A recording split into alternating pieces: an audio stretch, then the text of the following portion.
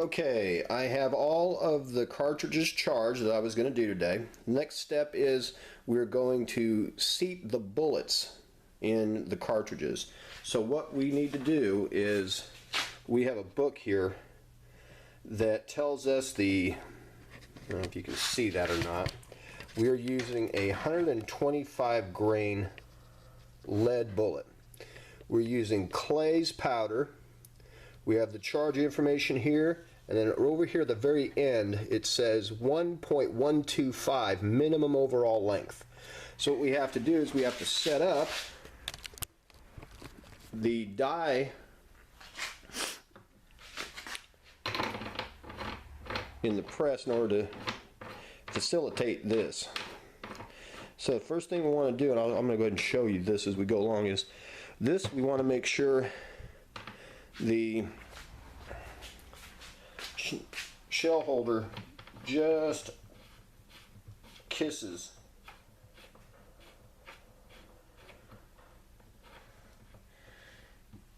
we want to make sure the shell holder just kisses the, oh, there we go. Okay, there, now it's just touching the shell plate, the die is. This gets backed out 3 turns. Okay, so we'll do 1, 2, 3, and then we want to tighten it. Now, again, we just finger tighten this, and then you're probably thinking, why the heck did you back it out so far? Well, here's why. The top part here is going to adjust the height of that bullet when it seats into the cartridge.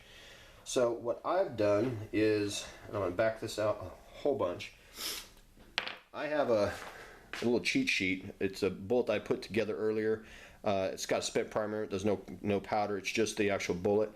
And I got it seated, and the overall length of this bullet is about 1.16, so it's within spec. How we come to that, though, is, I'm not going to show you this because it'll take too long, it's tedious, but what we need to do is take a caliper gauge, and what we'll do is measure the bullets as we test them and seat the height of our die. So as you can see here, I measure this. It measures out to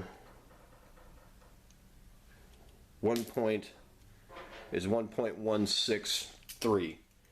So it's well within spec. That's what we're going to use.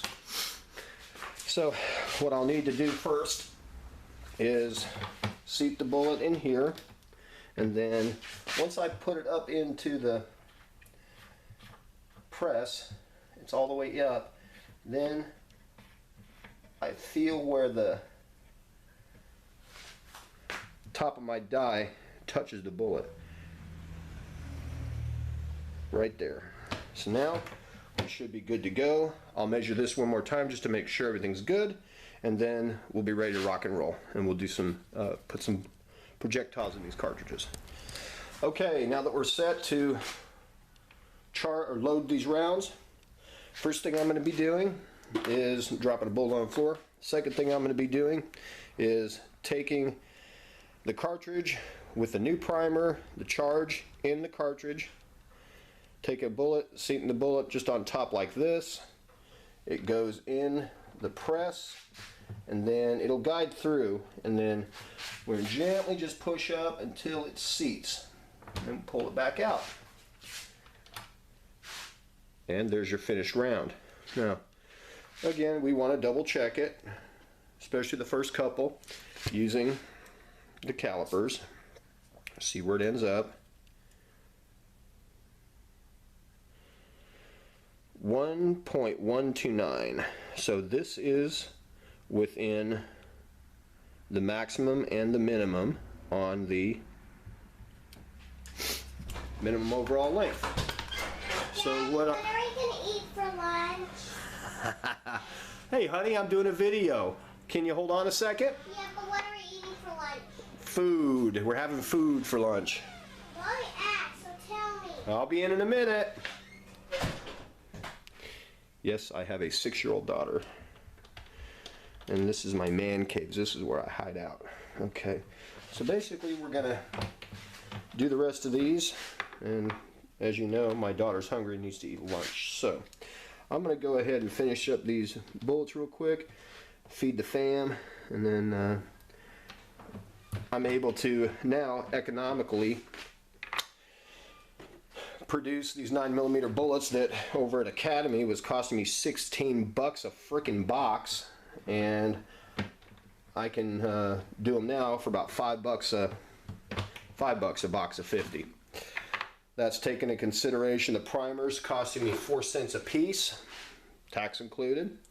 The bullets were 4.5 cents a piece, so that puts me at 8.5 cents, and the powder is about a penny a charge, I guess. So figure 10 cents a bullet versus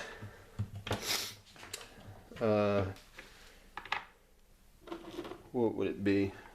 10 cents versus about 35 cents a bullet, or 32 cents a bullet.